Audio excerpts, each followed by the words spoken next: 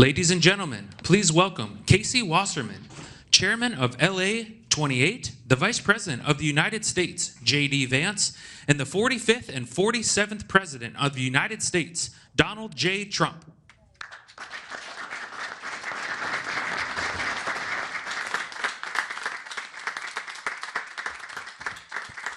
Thank you very much, everybody. It's a big day for a lot of reasons, and it's an honor to have you in this very nice venue across the street from the White House. And thank you all for being here as we take a major step to ensure the United States is fully prepared to welcome the world to Los Angeles for the 2028 Summer Olympic Games. Very exciting day of my life when we got nominated and we ultimately got it. And I didn't think I'd be here for the games in this capacity, but it worked out that way. So I'm very happy about that. I had no idea that was going to happen. When we got it, I said, it's too bad I won't be president then, but sort of we took a very circuitous route, didn't we?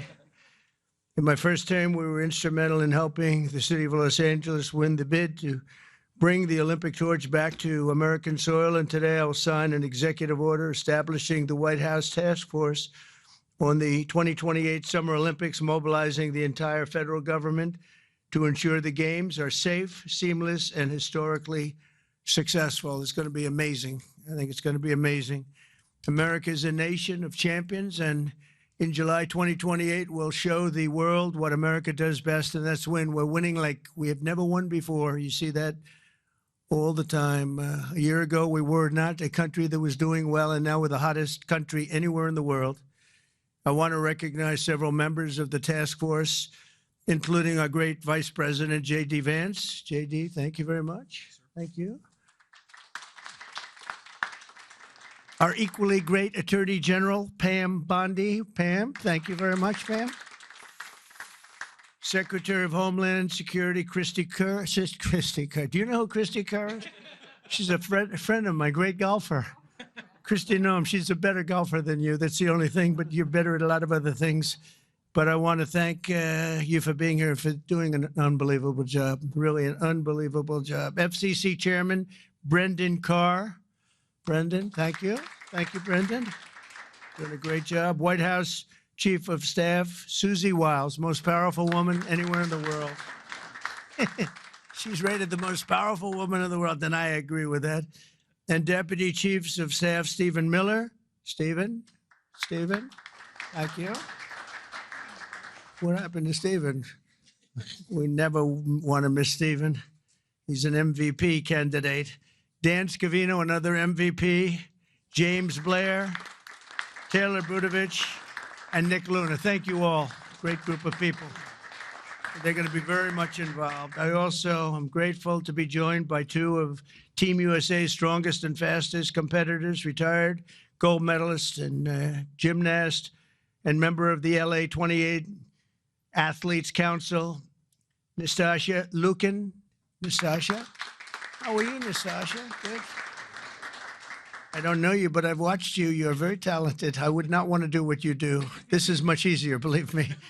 It's incredible what you've done, along with retired gold medal Paralympian swimmer and board member of the U.S. Olympic Committee, Brad Snyder. Brad, thank you very much, Brad. It's a great honor. Thank you. Chairman of the 2028 Olympic Games, Casey Wasserman, a friend of mine for a long time. Casey, thank you very much. Casey, great job. It's going to be amazing. LA's a little bit different place than it was when selected, but we're going to bring it back stronger than ever. I spoke to Casey about that. He said, nope, we're going to make it better than ever. It's going to be something that's going to make it even more important as a Olympic Games. It was an interesting conversation we had as the fires were raging. Is that right? And I appreciated that very much. And CEO Reynold Hoover. Reynold, thank you very much. Thank you very much. Great honor. I also want to welcome the chair of the U.S. Olympic Committee, Gene Sykes. Gene, thank you. Thank you, Gene, very much. And thank him for recently banning men from competing in women's sports. That's a big deal. Thank you very much. It's amazing the way I don't hear any applause for that when everyone feels it. It's a 97. Don't worry about it. That's a 97-3. It's not 80-20. It's 97-3. But nobody wants to clap. It's crazy.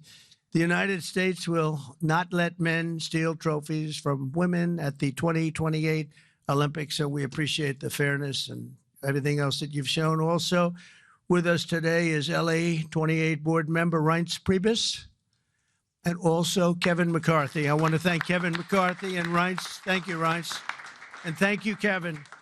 And the LA Olympics is shaping up to be a wonderful moment for America. It's going to be incredible. It's so exciting. And with today's action, I'm directing the Department of State, the Department of Justice, the Department of Homeland Security, the FBI, the Secret Service, the Department of Transportation, and many other departments and agencies to use every tool at their disposal to ensure a fantastic, safe, and beautiful event.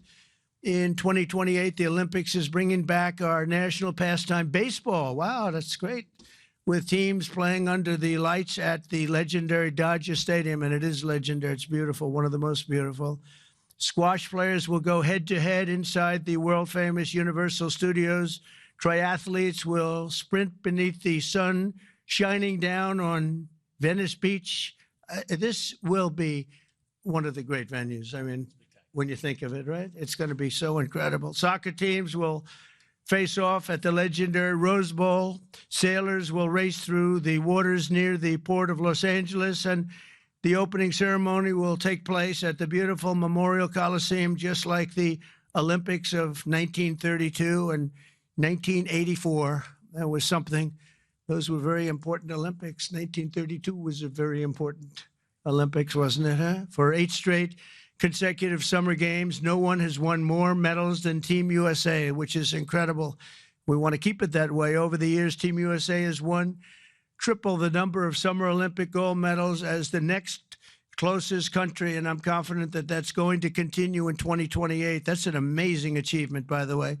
Between the LA Olympics and the FIFA World Cup next year, we have the World Cup and we have the Olympics, got them both. It's a great time to be a sports fan in America. And maybe, you know, I don't want to say most importantly, but it is a celebration of 250 years. We have our 250th anniversary also during the year. And it's going to be between the three of them. I think there'll be no other time that we've ever had in our history like that. So I'd like to ask the LA Olympics Chairman, Casey Wasserman, to say a few words. And I appreciate it very much, Casey. Great job you've done. Thank you very much.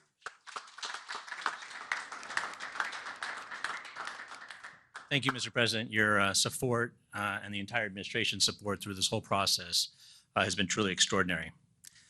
In just 1,074 days, yes, we're counting, sir, the eyes of the world will be on this country as we open the 2028 Olympics.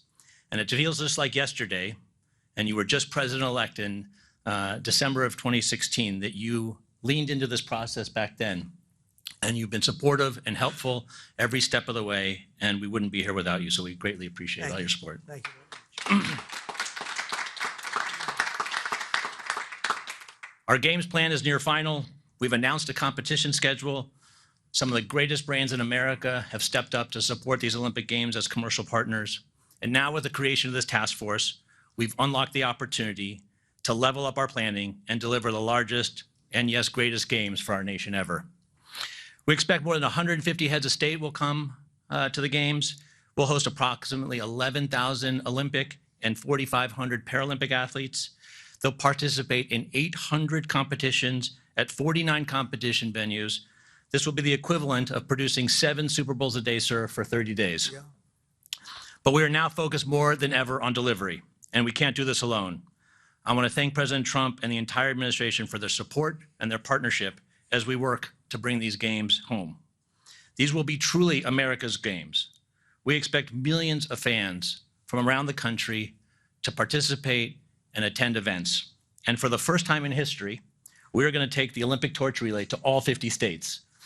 The most states it's ever gone to is 38, but in 2028, we will touch all 50 states. And sir, if you'd like to run on Park Avenue again to revisit history, you're more than welcome. And we're thrilled. But this administration has delivered critical security funding in the recent bill that will be used by local and state agencies and the federal government to make sure that our games are safe and secure and ultimately the best place to experience and be an Olympic fan. We remain incredibly confident in our ability to deliver the greatest games ever, and that starts with the support of this administration every step of the way. Thank you, sir. Thank you.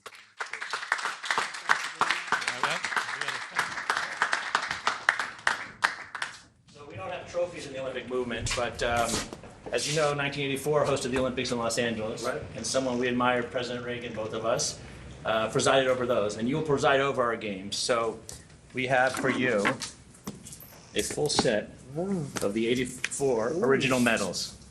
Wow.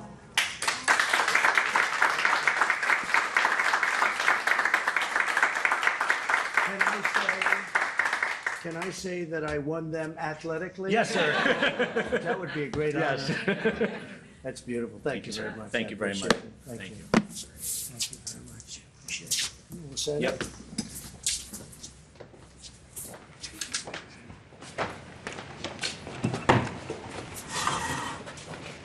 Okay, come on around, everybody. This is a big one here.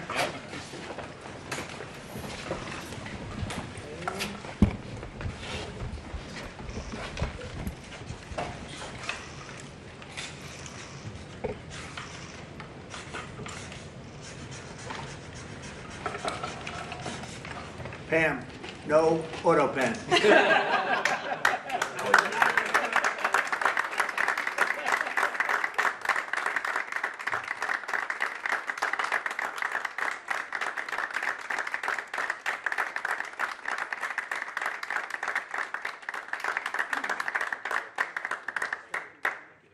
Fantastic. Thank you very much. Mr. President, Mr. President, Mr. President,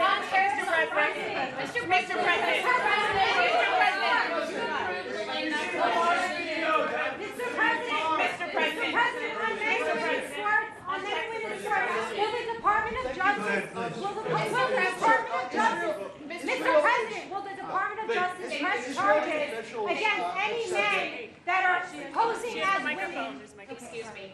No, he called on me, but thank Go you. ahead, please. Thank you, Mr. President. Do you still plan to follow through on your threat to impose 100% tariffs on all countries that purchase Russian energy, including China? Well, I never said a percentage, but we'll be doing quite a bit of that. We'll see what happens over the next fairly short period of time. But we'll see what happens. Yep. You know, they have a meeting tomorrow. We have a meeting with Russia tomorrow. We're going to see what happens. We'll make that determination at that time. Yeah, please go ahead. Thank you, Mr. President. Thank you for calling on me. Thank you, Mr. President. On Ukraine, President Zelensky just signed a law allowing for citizens age 60 and above to serve in the military. We've seen dozens of videos of young men being hauled into vans and dragged to the front lines against their will. And we've even seen videos of a young man with Down syndrome serving on the front line. You, when you campaigned, you said you wanted to see the people stop dying. A lot of people admired that statement. Now the people dying are elderly, mentally handicapped, and conscripts.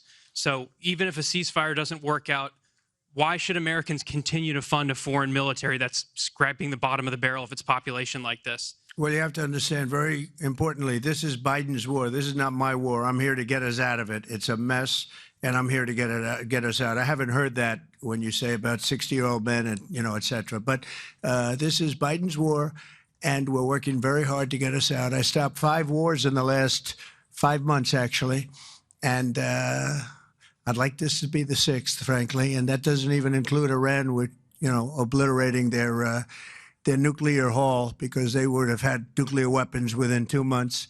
But stopped a lot of wars. You just take a look at the ones just over the last 2 or 3 months. It's been amazing. This is the one I'm trying to stop. This is the one we're working hardest on. The other ones I stopped within a matter of days, almost every one of them, including India and Pakistan. And I could go over the whole list, but you know the list as well as I do.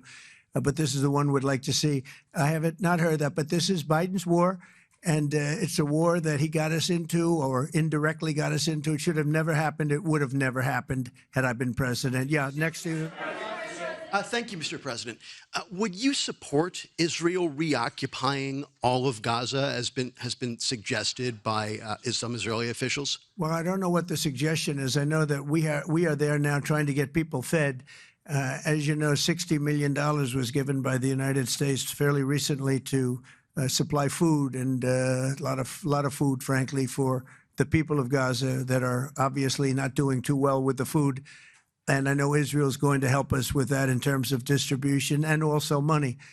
We also have the Arab states are going to help us with that in terms of the money and possibly distribution. So that's what I'm focused on. As far as the rest of it, I really can't say. That's going to be pretty much up to Israel. Yeah, please. Go ahead, please. Thank you. On transgender athletes in the Olympics, back to the safety, especially of female combat boxers, will the Department of Justice considering pressing charges against any man that tries to masquerade as a woman coming into this country to beat up American athletes? And secondly, would your administration consider genetic testing so that these people can prove that they're actually women competing?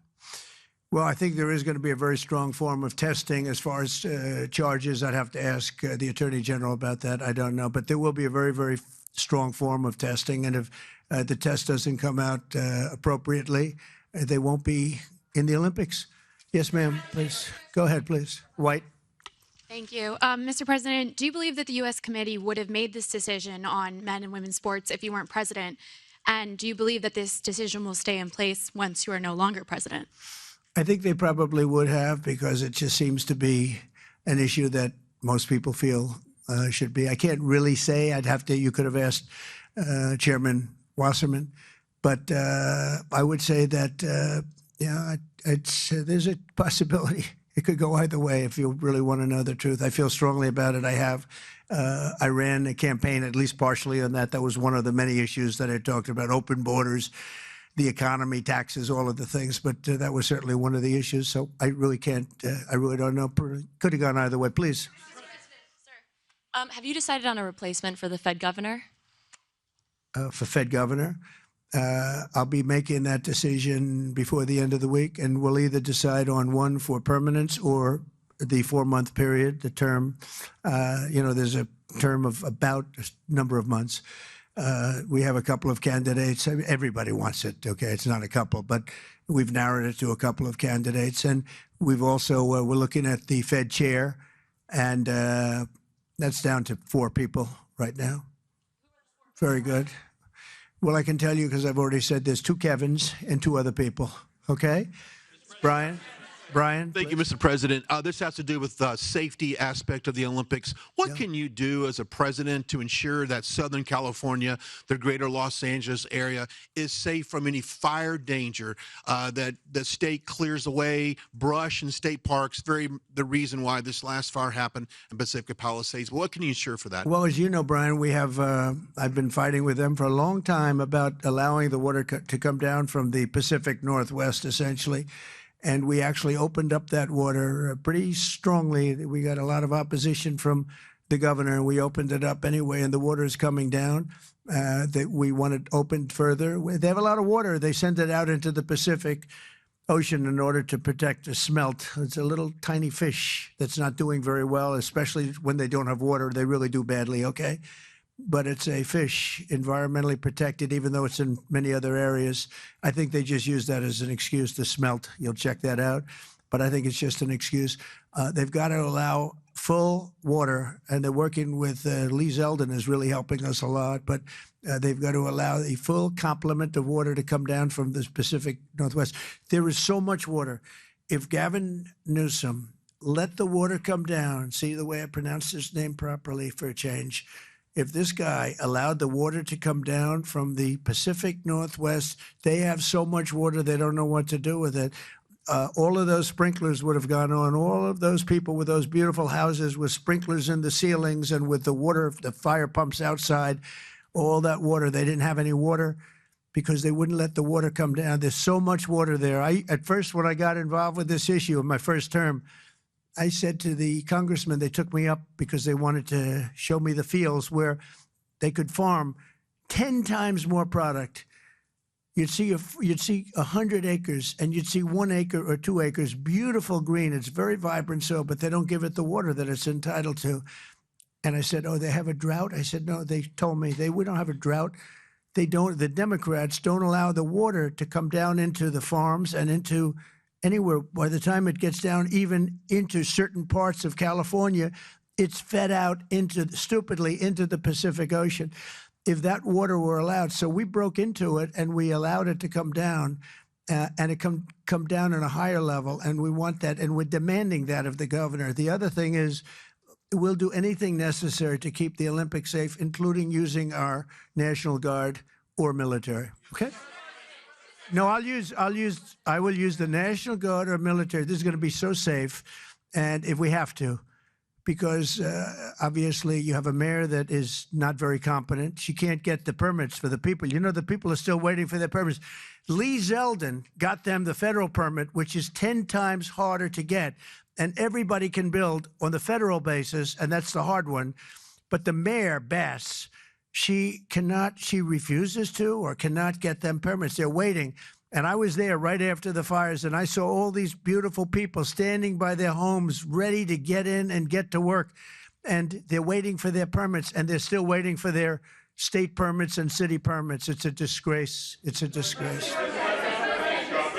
Red dress, yes, ma'am. Thank you, Mr. President. Thank you. India says that the U.S. imports Russian uranium, chemicals, fertilizers, while criticizing their energy imports. Your response to that, sir? I don't know anything about it. I'd have to check, but we'll get back to you on that. Yeah, please. Mr. President. Yeah, go ahead. Have you seen the Hamas-released video of Israeli hostage Avitar David starving and being forced to dig his own grave in a Hamas tunnel? I have, yeah. I have. I think it's horrible. I think it's horrible. And I hope a lot of people do get to see it, as bad as it is, because I think it's a horrible thing. Yeah, behind you, please. Mr. President, yes.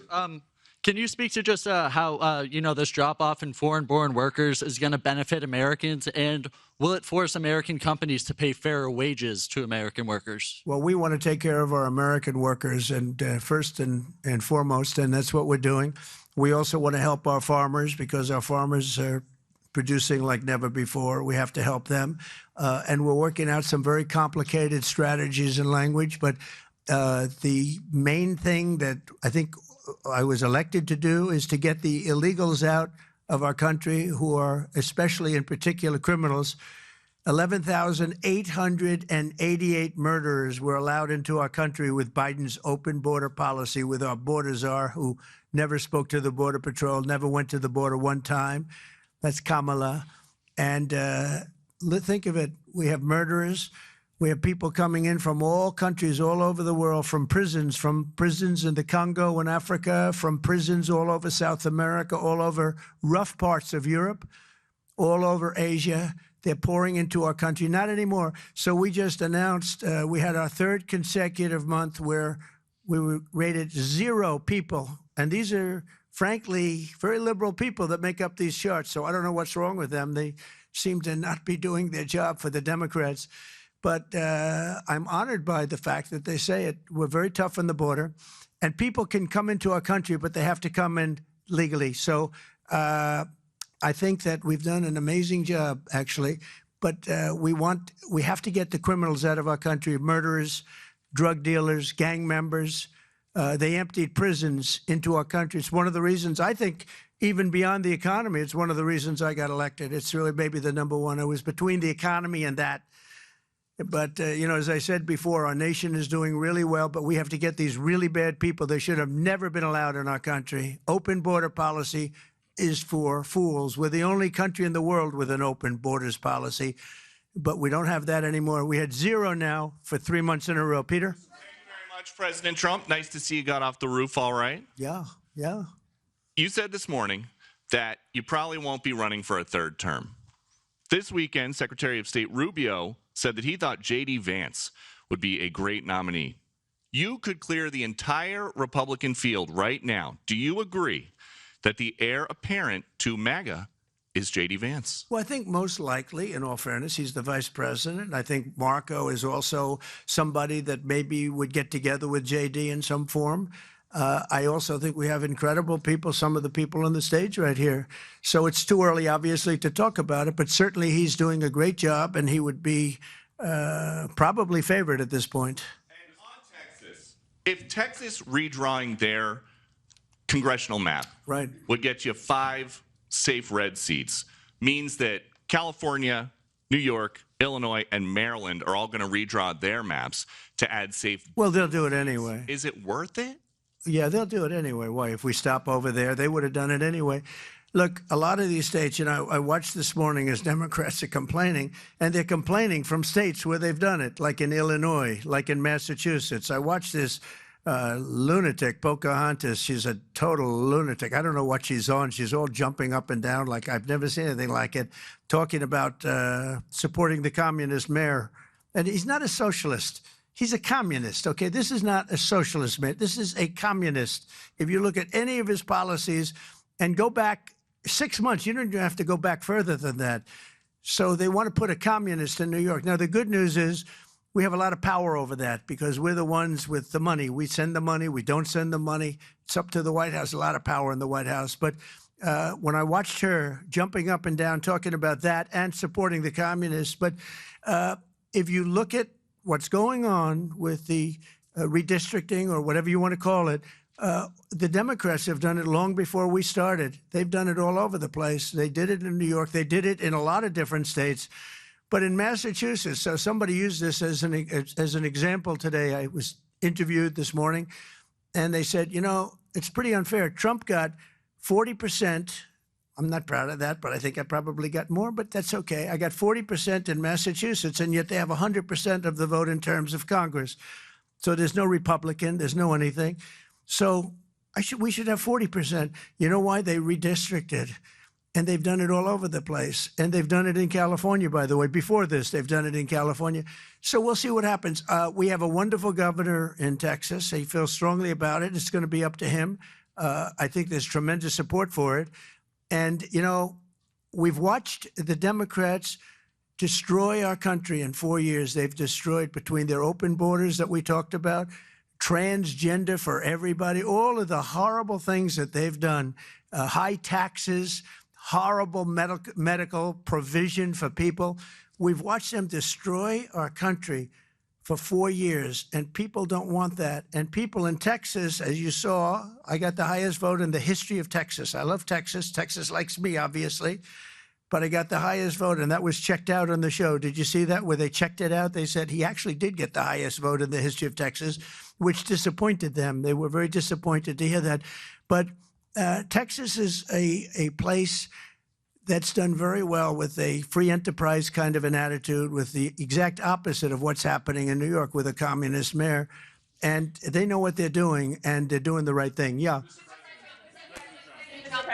Two questions for you. Mr. President, thank you. Texas Senator John Cornyn is asking for your help to force Democrats back to the state and hold them accountable. Do you want the federal government and the FBI to help locate and arrest these Texas Democrats who have left the state? Well, I think they've abandoned the state. Nobody's seen anything like it, even though they've done it twice before. And in a certain way, it almost looks like they've abandoned the state. It looks very bad. Yeah, go ahead, please. Should the FBI get involved? Should the FBI get involved? Well, they may have to. They may have to. No, I know they want them back. Not only the Attorney General, the governor wants them back. If you look, I mean, the governor of Texas is demanding they come back. So a lot of people are demanding they come back. You can't just sit it out. You have to go back. You have to fight it out. That's what elections are all about. Yeah, please. Thank you so much, President Trump. Two questions for you. One, were you aware of and did you personally approve the prison transfer for Ghislaine Maxwell that your Justice Department? I didn't know about it at all. No, I read about it just like you did. And do you believe that she is? It's not a very uncommon thing. Do you believe that she's credible to be listening to? Your Deputy Attorney General sat down with her recently. Well, let me tell you, he's a very talented man. His name is Todd Blanche. He's a very legitimate person, very high, just a very highly thought of person, respected by everybody. And I didn't talk to him about it, but I will tell you that whatever he asked would be totally appropriate, and it's not an uncommon thing to do that. And I think he probably wants to make sure that, people that should not be involved or aren't involved are not hurt by something that would be very, very unfortunate, very unfair to a lot of people. But I will say this, Todd Blanche is one of the most highly respected people you'll ever meet. So I know this. I didn't discuss it with him, but anything he talked about with her or the fact that he did that, not unusual, number one, and most importantly is something that would be totally above board. Please. President, Yeah, please, go ahead. Thanks, Mr. President. Mr. President, how much more would you like Doge to cut from the federal government? Well, it's not so much Doge anymore. And by the way, I have to say that somebody from Doge was very badly hurt last night. You saw that. A young man who was beat up by a bunch of thugs in D.C. And either they're going to straighten their act out in the terms of government and in terms of protection, or we're going to have to federalize and run it the way it's supposed to be run. But it's not a question of Doge. We have great people, secretaries and all, working with Doge and cutting with I said with a scalpel as opposed with an axe. They're cutting with a fine-tooth comb, and they're getting rid of people that aren't doing their job, or bad people, or bad things, bad policy, et cetera, et cetera. And I think we've been very successful in that. And there's more cutting to do, but there's also more getting. We want smart people in government. Our country is doing great.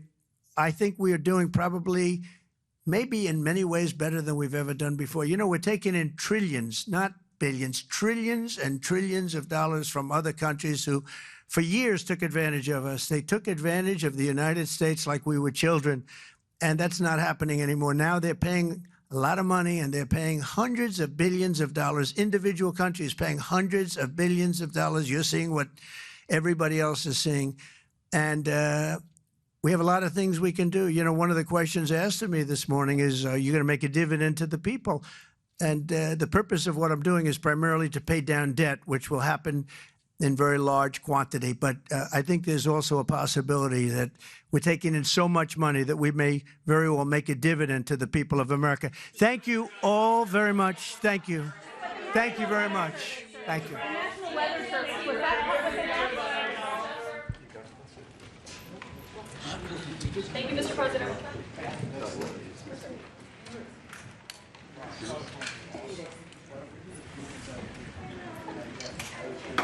Glad I wasn't there.